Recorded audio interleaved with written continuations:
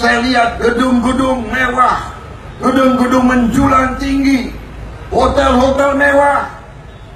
Sebut saja hotel mana di dunia yang paling mahal ada di Jakarta. Ada Ritz-Carlton, ada apa itu? Waldorf Astoria. Namanya saja kalian nggak bisa sebut. Ada St. Regis dan macam-macam itu semua, tapi saya yakin kalian tidak pernah masuk hotel-hotel tersebut. Betul? Kalian kalau masuk mungkin kalian diusir karena tampang kalian tidak tampang orang kaya.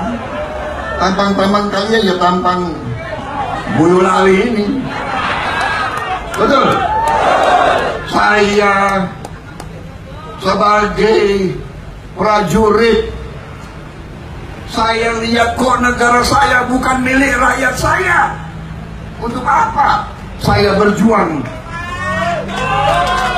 Apakah saya berjuang supaya negara kita bisa jadi milik orang asing?